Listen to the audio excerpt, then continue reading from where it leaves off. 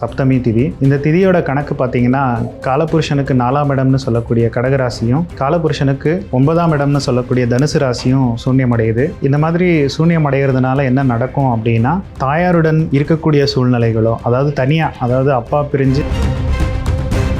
இந்த சப்தமி திதி அப்படிங்கிறது எதனால் வருது அப்படின்னு பார்த்தீங்கன்னா,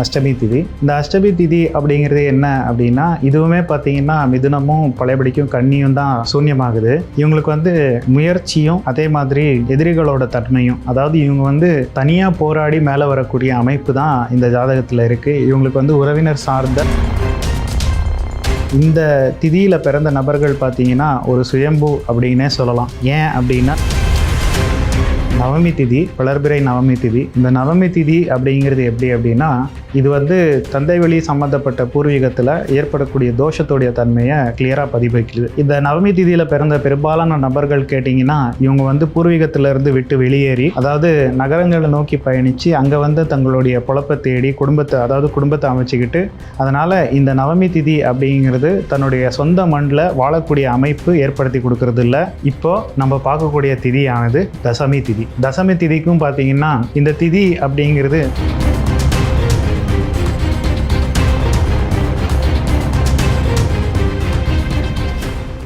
நம்ம பேசக்கூடிய திதி அப்படிங்கிறது சப்தமி திதி. இந்த திதியோட கணக்கு பார்த்தீங்கன்னா காலபுருஷனுக்கு 4ஆம் இடம்னு சொல்லக்கூடிய கடகராசியும் காலபுருஷனுக்கு 9ஆம் இடம்னு சொல்லக்கூடிய தனுசு ராசியும் சூன்யமடையுது. இந்த மாதிரி சூன்யம் அடைகிறதுனால என்ன நடக்கும் அப்படின்னா, தாயாருடன் இருக்கக்கூடிய சூழ்நிலைகளோ, அதாவது தனியாக, அதாவது அப்பா பிரிஞ்சு அம்மா கூட இருக்கிற மாதிரியோ, அல்லது அதாவது அம்மாவை பிரிஞ்சு அப்பா கூட இருக்கக்கூடிய சூழ்நிலைகளோ, இல்லது கணவன் மனைவிக்குள்ள பிரச்சனை பிரிவினை ஏற்பட்டு குழந்தை தனியாக வளரக்கூடிய அமைப்போ, அல்லது இவங்களை விட்டு குழந்தை ஹாஸ்டலில் வளரக்கூடிய சூழ்நிலைகள் ஏற்படக்கூடிய ஒரு திதி அப்படின்னா சப்தமி திதி.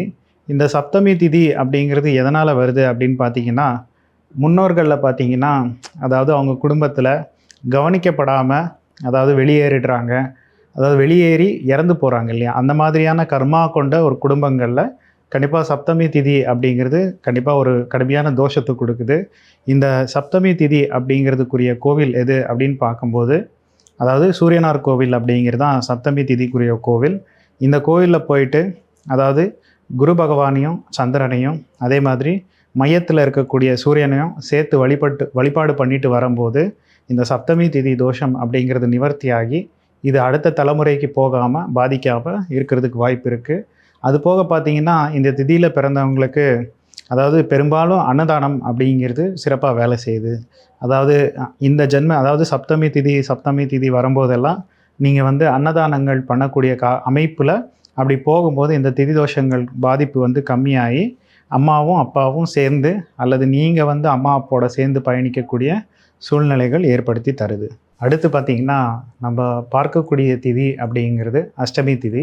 இந்த அஷ்டமி திதி அப்படிங்கிறது என்ன அப்படின்னா, இதுவுமே பார்த்திங்கன்னா மிதுனமும் பழையபடிக்கும் கன்னியும் தான் சூன்யமாகுது. இந்த ராசிகள் சூன்யம் அடையும் போது எந்த மாதிரியான பாதிப்பு கொடுக்குதுன்னா, இவங்களுக்கு முயற்சியும் அதே மாதிரி எதிரிகளோட தன்மையும், அதாவது இவங்க தனியாக போராடி மேலே வரக்கூடிய அமைப்பு தான் இந்த ஜாதகத்தில் இருக்குது. இவங்களுக்கு உறவினர் சார்ந்த பெரிய சப்போர்ட் அப்படிங்கிறது இல்லாமல் இவங்க கையை இவங்களே ஊனி மேலே வரக்கூடிய அமைப்பு தான் அஷ்டமி திதி. இந்த திதியில் பிறந்த நபர்கள் பார்த்திங்கன்னா ஒரு சுயம்பு அப்படின்னே சொல்லலாம். ஏன் அப்படின்னா, இவங்க தன்னுடைய சுயமான உழைப்பில் முன்னேறணும் அப்படின்னு நினச்சி ஆசைப்பட்டு மேலே வரக்கூடிய கணக்குகள் தான் அஷ்டமி திதி அப்படிங்கிறது.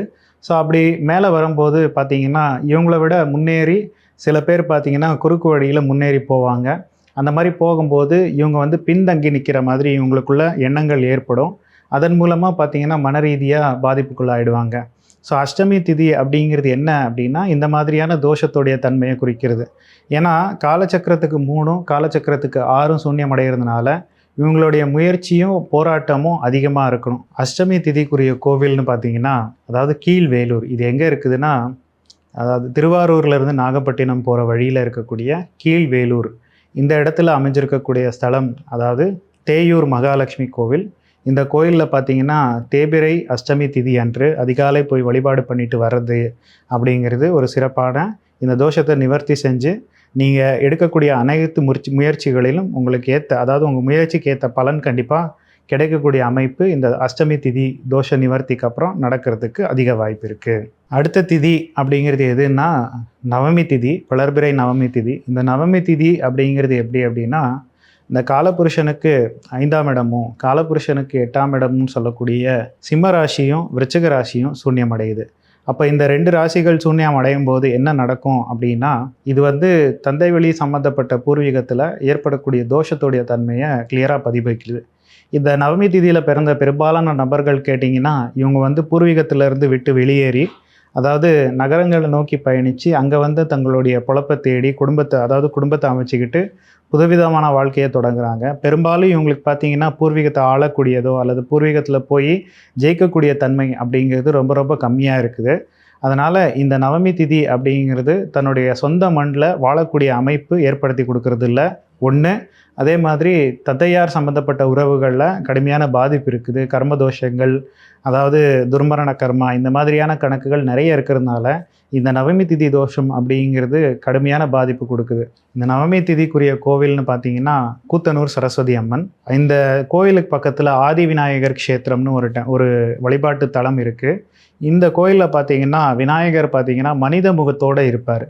அதாவது இந்த இடத்துல பார்த்தீங்கன்னா ராமர் தர்ப்பண பூஜைகள் செஞ்சதாகவும், அதே மாதிரி அந்த இடத்துல விநாயகர் மனித முகமோடு இருந்து அருள்பாலிக்கக்கூடிய ஒரே ஸ்தலம் அப்படின்னு கூட சொல்லலாம். இது ரொம்ப விசேஷமான ஸ்தலம். முதல்ல பார்த்தீங்கன்னா கூத்தனூர் சரஸ்வதி அம்மன் இந்த தெய்வத்தை போய் நவமி திதி அன்னைக்கு வழிபாடு பண்ணிவிட்டு அதன் பிறகு அங்கே இருக்கக்கூடிய விநாயகரை பார்த்துட்டு ஆத்மார்த்தமாக வழிபாடு பண்ணிட்டு வரும்போது இந்த நவமி திதி தோஷம் அப்படிங்கிறது நிவர்த்தி ஆகிறத பார்க்க முடியுது. இப்போது நம்ம பார்க்கக்கூடிய திதியானது தசமி திதி. தசமி திதிக்கும் பார்த்தீங்கன்னா அதே சிம்ம ராசியும் அதே விருச்சிக ராசியும் தான் சூன்ய வீடாக அமையுது. இந்த திதி அப்படிங்கிறது எப்படி நம்ம ரிலேட் பண்ணிக்கலாம் அப்படின்னா, தசரத மகா சக்கரவர்த்தி அவருடைய கணக்கு என்ன அப்படின்னா, அதாவது தன்னுடைய புத்திரனை பிரிஞ்சு தான் உயிரை இழக்க வேண்டிய கட்டாயத்தில் அந்த மாதிரியான ஒரு சூழ்நிலையில் தன்னுடைய உயிரை விட்டுறாரு. தசமி திதி அப்படிங்கிறது எதனுடைய கணக்கு அப்படின்னு பார்க்கும்போது, அதாவது அவர் தசரதனுடைய கதையில் வரக்கூடிய ஒரு அமைப்பு தான் இது. அதாவது அவர் காட்டில் வேட்டைக்கு போகும்போது சிரவணகுமாரன் சொல்லக்கூடிய, அதாவது தன்னுடைய தந்தை தாய்க்கு அவங்களால இயங்க முடியாது, கண்ணு தெரியாது, அப்படிப்பட்ட அப்பா அம்மாவுக்கு பிறந்த சிரவணகுமாரன் அவங்களுக்கு தண்ணி எடுக்க போய் அந்த குடத்தை தண்ணியில் முங்கும்போது அந்த சத்தம் ஒரு விலங்குடைய சத்தம் மாதிரி கேட்டு தசரதன் தன்னுடைய அம்பை எய்திடுறாரு. இதனால் அந்த சிரவணகுமாரன் அந்த இடத்துலையே இறந்து போகிறார். அப்போது இறந்த பிறகு இந்த தண்ணி எடுத்துகிட்டு போய் அவங்களுக்கு கொடுக்கும்போது அவங்க கேட்குறாங்க, நீ என்னுடைய பையன் அல்ல, நீ எதுக்காக என் பையனுக்கு என்ன ஆச்சு அப்படின்னு சொல்லி அந்த தாயாரும் தந்தையாரும் கேட்கும்போது, அப்போ தசரதன் நடந்த விஷயத்த சொல்கிறான். அப்போது அவங்க கொடுக்கக்கூடிய சாபம் என்ன அப்படின்னா, நீ எங்களுக்கு எப்படி எங்களுடைய பிள்ளையை நீ கொன்று பிரிய வச்சையோ, அதாவது மரணிக்கப்பட்டதோ, அதே மாதிரி நீ உன்னுடைய கடைசி காலகட்டத்தில் நீ உன்னுடைய புத்திரர்களை பிரிஞ்சு உன்னுடைய மரணத்தை நடக்கும் அப்படிங்கிற மாதிரியான ஒரு சாபத்தை கொடுத்துட்றாங்க. அதன் அடிப்படையில் தசரதனும் பார்த்தீங்கன்னா கடைசி காலகட்டத்தில் ராமனை பிரிஞ்சு அவர் தன்னுடைய உயிரை விட்டுடுறாரு. இதே மாதிரி தான், அதாவது புத்திர சம்பந்தப்பட்ட விஷயங்களில் கடுமையான பாதிப்பும் தன்னுடைய பூர்வீகத்தை ஆள முடியாத தன்மையும், அதாவது ஒவ்வொரு விஷயமும் பார்த்தீங்கன்னா சோகத்தில், அதாவது புத்திர சம்பந்தப்பட்ட விஷயங்களில் சோகத்தில் முடியக்கூடிய அமைப்புகளும், புத்திரர்களை பிரிஞ்சு கஷ்டப்படக்கூடிய சூழ்நிலைகளும் இந்த திதியில் நடக்கப்படுது. அதனால் இந்த திதி அப்படிங்கிறது ரொம்ப ரொம்ப முக்கியமான திதி. இதற்குரிய வழிபாட்டு தலம் எதுன்னு பார்த்தீங்கன்னா, கும்பகோணத்து காசி விஸ்வநாதர் கோயில் பக்கத்தில் ஒரு சின்னதாக ஒரு கோயில் இருக்கும். அந்த கோயில் பார்த்தீங்கன்னா அந்த கோயிலுக்குள்ளே வீரபத்ர சுவாமி இருப்பார். அந்த தெய்வத்தை பார்த்தீங்கன்னா தேய்பிறை தசமி அன்று போய் வழிபாடு பண்ணுறதுனால இந்த தசமி திதி தோஷம்னு சொல்லக்கூடிய, அதாவது புத்திரரை பிரிஞ்சு சஃபர் பண்ணக்கூடியது, அதாவது கடுமையான தோஷத்துக்குள்ளே ஆகக்கூடிய கணக்கில் இருந்து நிவர்த்தி பெறக்கூடிய கணக்கு. அதே மாதிரி பெரும்பாலும் தசமி திதியில் பிறந்தவங்களுக்கு பூமி ஆளக்கூடிய தன்மையோ அல்லது பூர்வீகத்தில் போய் வளரக்கூடிய தன்மையோ இருக்காது. அப்போது இந்த மாதிரியான விஷயங்கள்ல இருந்து வெளியே வர்றதுக்கு இந்த வீரபத்ர சுவாமி, அதாவது கும்பகோணம் அருகில் இருக்கக்கூடிய காசி விஸ்வநாதர் ஆலயம் அருகில் இருக்கக்கூடிய கும்பகோணத்தில் இருக்கக்கூடிய வீரபத்ர சுவாமியை வழிபடுறதுனால இந்த தோஷங்கள் நிவர்த்தி அடையிறத பார்க்க முடியுது.